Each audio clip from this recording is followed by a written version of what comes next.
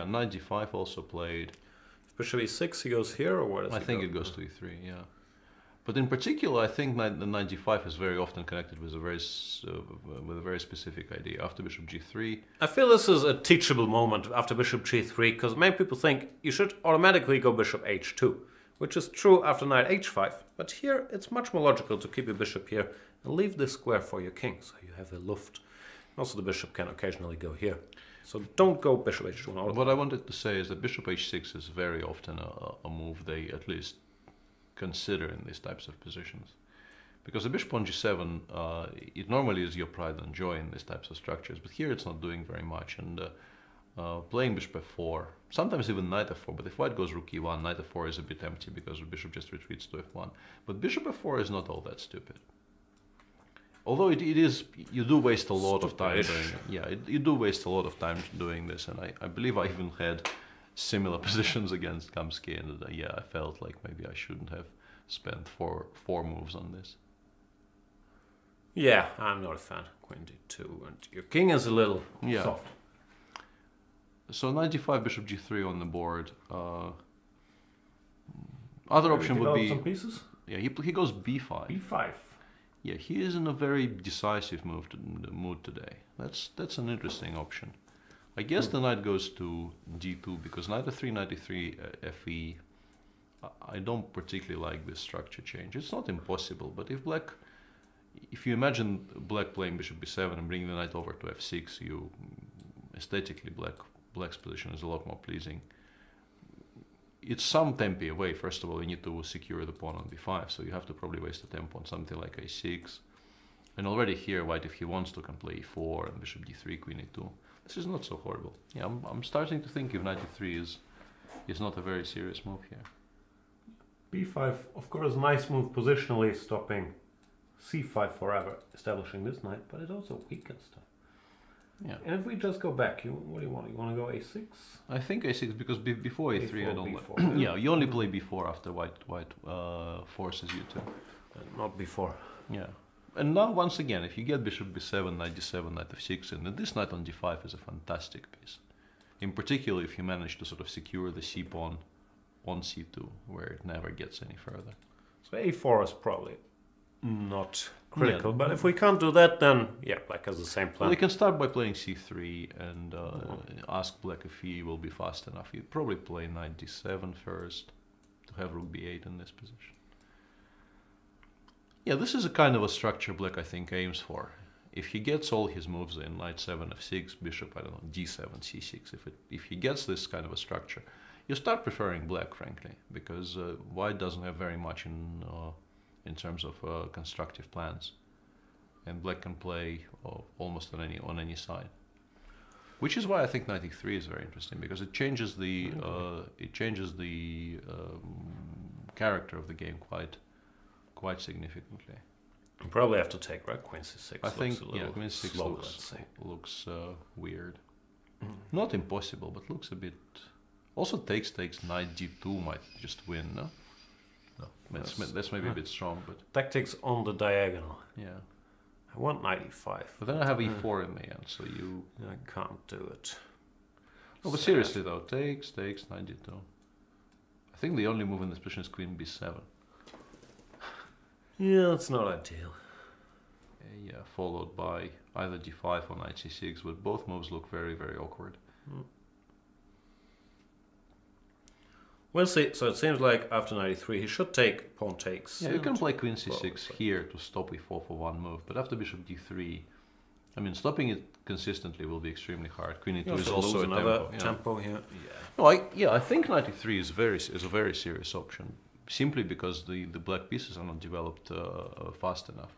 Also because the knight is under attack. Yeah, because as mentioned, normally I would stay away from this structure if black already had more pieces out and could fight for the e4 square. But if white does actually get fe, e4, bishop d3, c3, queen e2, it feels like a very, very playable structure for him.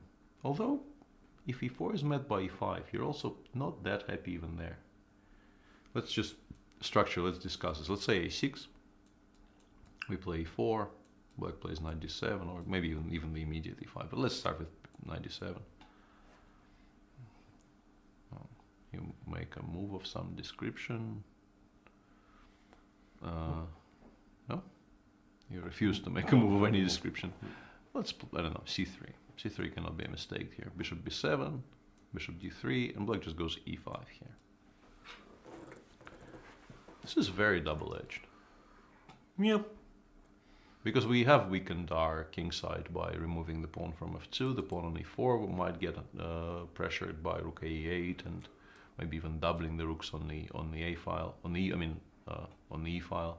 If you play d5, you've killed off your own play. Your pieces start looking a bit silly. Yeah. Looks fine for black. Yeah, looks fine for black. Might still be. I have to go for this. Well, you can go for c3, a4 once again. About this, yeah. But no, I think we always start with knight g7. We need rook b8 as an option. As black here. And Magnus already disagreed with all of this because he played knight g2. Yeah, he doesn't like weaknesses. Very understandable, but he still needs to show something after a6 here. Black Maybe is not, maybe he's just gonna play rook e1, c3, have a look around. But I think black achieves like the absolute best edition of what he is trying to achieve in the structure if white doesn't get anything immediately here. That is more or less exactly the setup you want to get.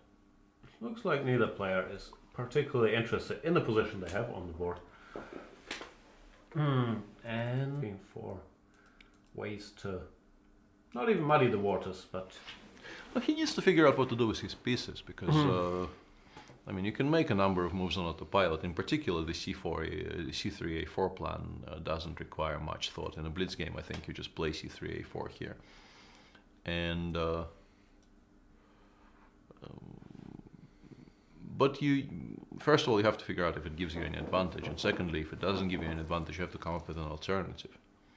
But this is by far the most obvious plan white has. So we did this, and rook b8. And this. If you take play queen b3, I can play knight 7, f6, and bishop takes b5 is never really a move you particularly want to make.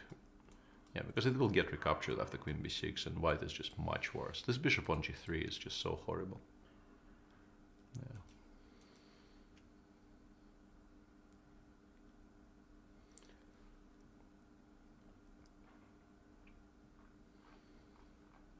Whoa, board.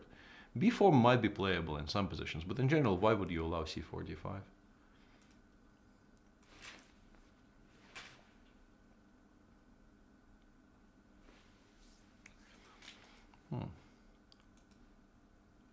Now this is going to be a strategic battle, because I don't think white gets anywhere on the queen side, at least not immediately. And is there somebody standing there, or is it just darkness? Maybe it's just darkness. His old friend or something. And there's I think the Aronian Kramnik game is the early front runner for a conclusion of something. Yeah, rook dc8 by probably will end peacefully, which is sort of okay for, I mean, not really, they're both on -1. Yeah. Neither of them will be particularly... Magnus, with every white draw, is going to get angrier and angrier. Yeah. And his final 3 games, I think it's black against Kramnik, black against Anand, and white against... You can cheat and look it up, actually, yeah. I think, round 8. White against Kayakin, of course, yeah. The rematch. We have that to look forward to. And GM Arjan is suspecting it's not the real Magnus, it's his twin. I don't think he has many siblings, but no twins that I'm aware of. Would be strange if he had a twin that was not as good at chess, but still like a 2-7-90 player. Yeah, that's a weird idea. And I'm still waiting for him to reveal his plan with his hair. He's been teasing us about a big plan for his hair, but we don't yet know what it is. The current favorite, I believe, main theory is that he's going for a man bun. And still has to grow it out a bit further. Really? Yeah.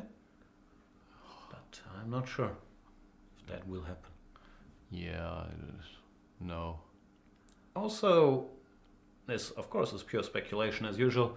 During Grenke he mentioned that a doctor told him he now needed to wear glasses during chess games, but maybe he feels like his results wearing glasses haven't been great, so he sort of got rid of them for one game today.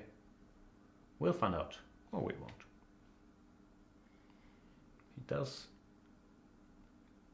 He's hard to read. Yeah, Rook A8 played by MVL, as we've seen on our screen.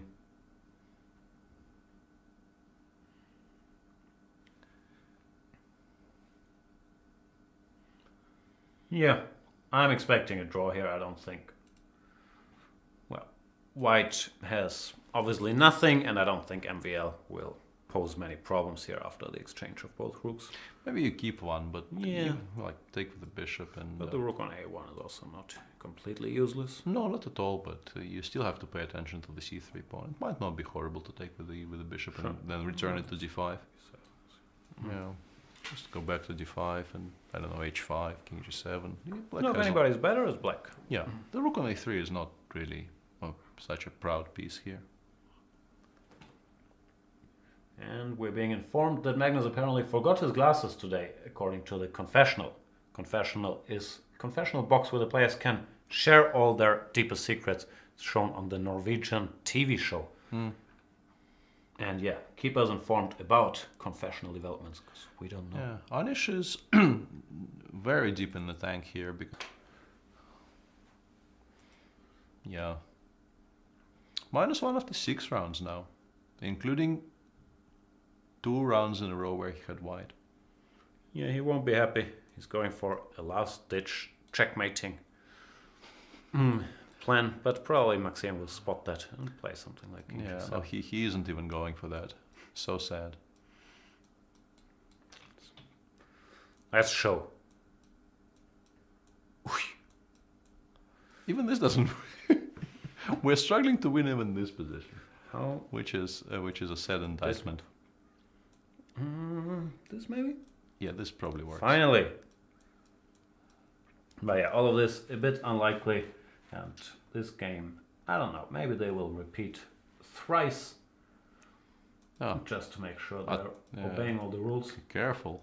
Lawrence will tell you thrice is not a word now. Obi thrice. Magnus does not look happy. Well, there's no particular reason for him to look happy. I think they will actually go for the exchange of every single pawn. Maxime will now take on G4 and allow F4, F5. They do not wish to call the arbiter, so they will actually destroy everything on the board.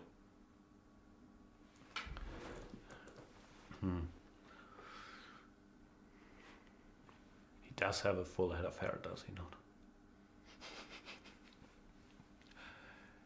The hot topic of the day. Not the day. It's been a while that this situation has been grooming. Yeah, Bishop E7. Maxime will now check that Bishop E7 doesn't lose the pawn ending, because it would be a bit ridiculous to lose this when trying to exchange every single piece. But yeah, Bishop E7 does not lose. Will Magnus go King G5? Practical chances? Or will he play F5? No, not messing around. He's not in the mood. GF, and probably also not in the mood to play King F4. No. Draw.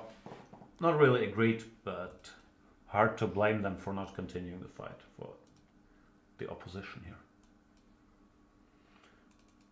Yeah, not a great tournament for Magnus Carlsen.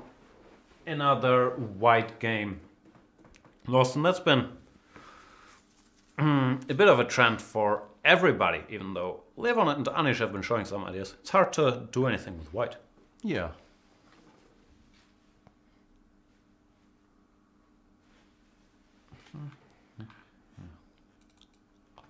Yeah, Vlad is down to 3 minutes here for actually a ton of moves. No, this is, if his problems weren't large enough as they were he also is apparently in very serious time trouble. Yeah, I don't think